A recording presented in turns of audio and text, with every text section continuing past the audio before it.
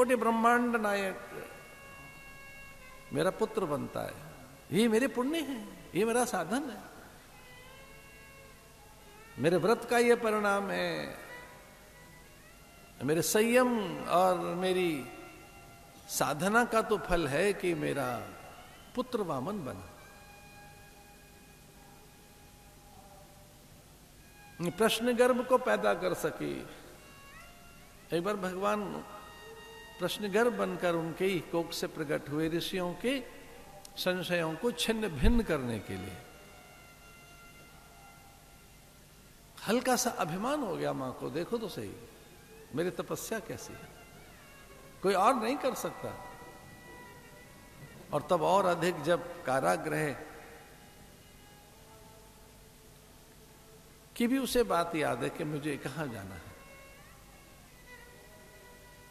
ब्रह्माणी आशीष देकर चली गई, रुद्राणी, रमा, अनेक अप्सराएं वेश बदल कर आई, उन्हें आशीष देकर चली गई। द्वाराचार, वाग्दान, पाणी ग्रहण, और लीजिए देवकी के ये विदाई के पल हैं। कंस ने आदेश दिया चाणूर, कूट, शल, तोशल, मुष्टिक को कि जितना भी हमारे पास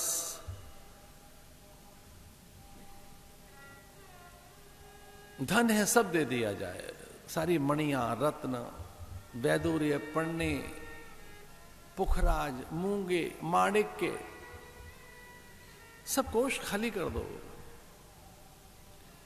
एक दो चार नहीं, सब अनुचरियां जाएं, सुंदर विदूषक जाएं, अच्छे पाचक जाएं। मेरी भगिनी किससे मुहूर्त पूछेगी, पंडितों को भेजो, विदूषक भेजो, नर्तक भेजो, नर्तकियां जानी चाहिए। राज्य में जितने अच्छे कवि हैं सब इसके साथ विदा कर दो, दहेज में सबको भेज दो। बैलगाड़ी को वहां छकड़ा कहते हैं, तो लगभग ऐसे 200-300 गाड़ियों में दहेज लाद दिया। सुंदर परिधान, वस्त्र, आभूषण, सब हर्षित हैं ये सोचकर कि इस कंस से तो मुक्ति मिले, भले ही हम देवकी की दासी बने, देवकी के हम दास बने, पर यहां से तो मुक्ति मिले कैसे। तो सबने कहा हम जाएंगे सेवा में, हम जाएंगे।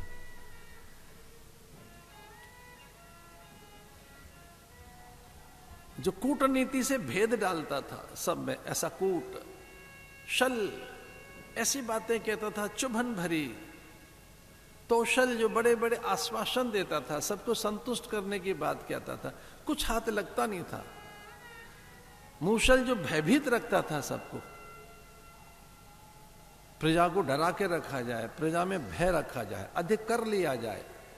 इतना दुष्ट कि उसने अपने पिता को कारागृह में डाल दिया। पिता कारागृह में है, पिता की संपत्ति छीन ली, उन्हें अनेक कष्ट दिए, प्रजा बड़ी भयभीत। ऐसा कंस देवकी को विदा कर रहा है, वसुदेव के हाथों सौंप दी गई।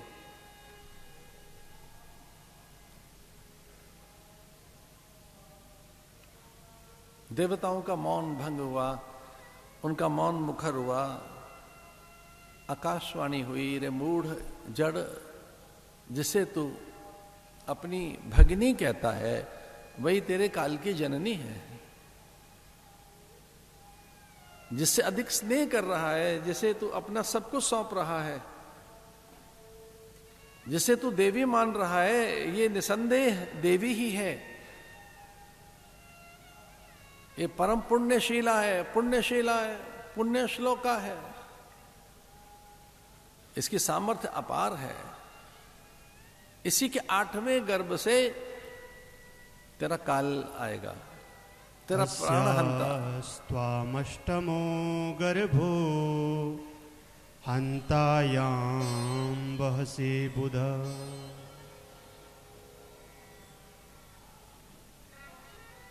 जिसे तू अपनी बहन कहता है वो तेरी काल की जननी है। इसके 8वें गर्भ से इसका 8वां पुत्र मृत्युदाता है वो। तेरे प्राण छीनेगा।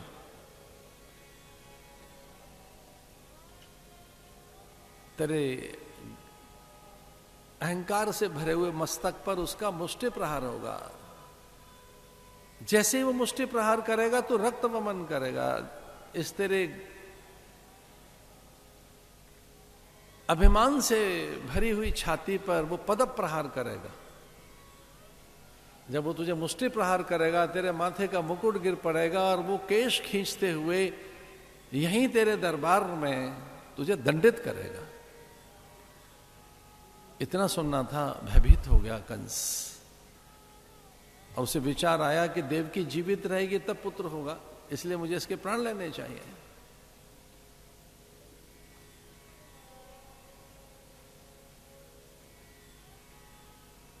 खल के प्रीति जथा थिर नाही। जो दुष्ट होते हैं उनकी प्रीति, उनकी मैत्री, उनका अपनापन पल भर का होता है। जैसे पानी पर लकीरें खींचे और खिंचते खिंचते मिटती जाती हैं, वैसे ही सन्यासी का क्रोध होता है। ज्ञानी में क्रोध इतना सा, साधुओं का गुस्सा इतना सा कि पानी पर लकीरें खींची और खिंचते खिंचते वो मिटती जाती हैं, दिखती नहीं है। आप पानी पे लकीर खींचो तो सही, कहाँ रहती है, कहाँ दिखती है, कहाँ टिकती है? बस है, आप लकीर खींचे जाए, पानी में तो लकीर ठहरती नहीं है। वहां तो कोई बिंब आप बना नहीं सकते, वहां तो चित्र आप नहीं, कुछ चित्र की रचना नहीं कर सकते पानी में। तो वैसे संसार नहीं रहता ज्ञानी के भीतर, संसार एक पल भी नहीं रहता। आप जल उबालिए, जल उबलते हुए वाष्प बन जाता है, फिर लौटकर कभी नहीं आता। जल को उबालिए आप, और जैसे जल उबलता है और उबला हुआ जल वाष्प बनकर जैसे चारों ओर वातावरण में घुल जाता है, वैसे सन्यासी के भीतर कोई कामना नहीं रहती।